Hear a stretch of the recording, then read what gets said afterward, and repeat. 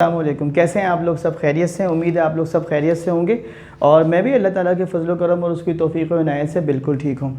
Physics first year में हम chapter wise important बता रहे थे और हमने अब तक चैप्टर नंबर 7 तक मैंने आपको इम्पॉर्टेंट लिखवा दिए। आज बारी है चैप्टर नंबर 8 और चैप्टर नंबर 8 का नाम है इलेक्ट्रोस्टैटिक्स।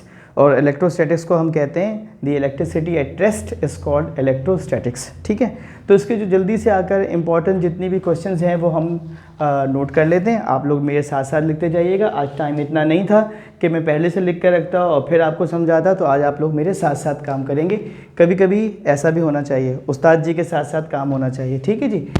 MCQs आपको मिलेंगे मेरी बुक में पेज नंबर 331 पर।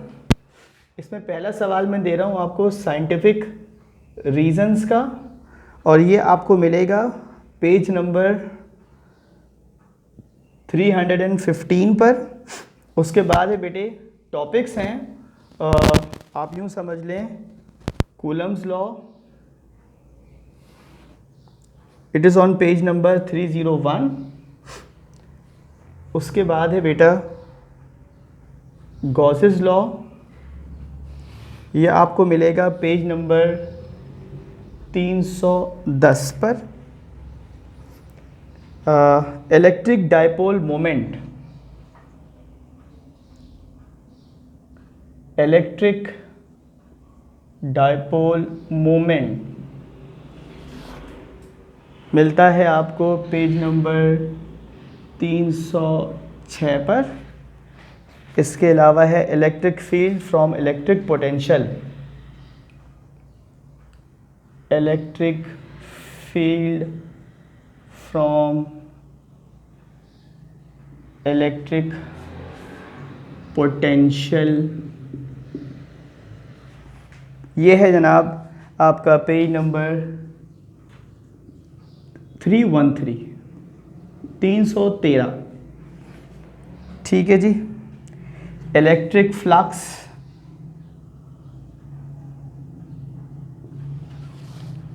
It is on page number 309। और उसके बाद है एब्सोल्यूट पोटेंशियल,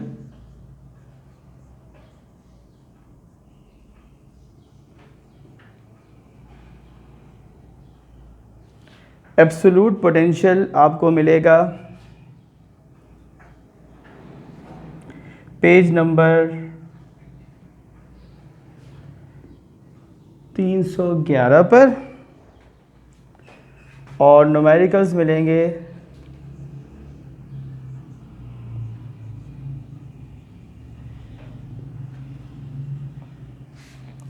आपको मिलेंगे पेज नंबर 323।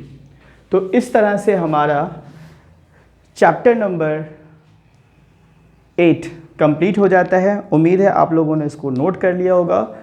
अगर इलेक्ट्रिक पोटेंशियल आया तो हो सकता है ये ऐसा टॉपिक है कि अगर ये कंप्लीट पूछा जाए तो फिर ये सेक्शन सी में भी आ सकता है। बस ये ध्यान रखिएगा, शॉर्ट पूछेंगे या लॉन्ग पूछेंगे। लॉन्ग पूछेंगे तो पूरा लिख दीजिएगा, शॉर्ट पूछेंगे तो जस्ट डिफाइन करके इसका फार्मूला लिख दीजिएगा। अल्लाह हाफिज़।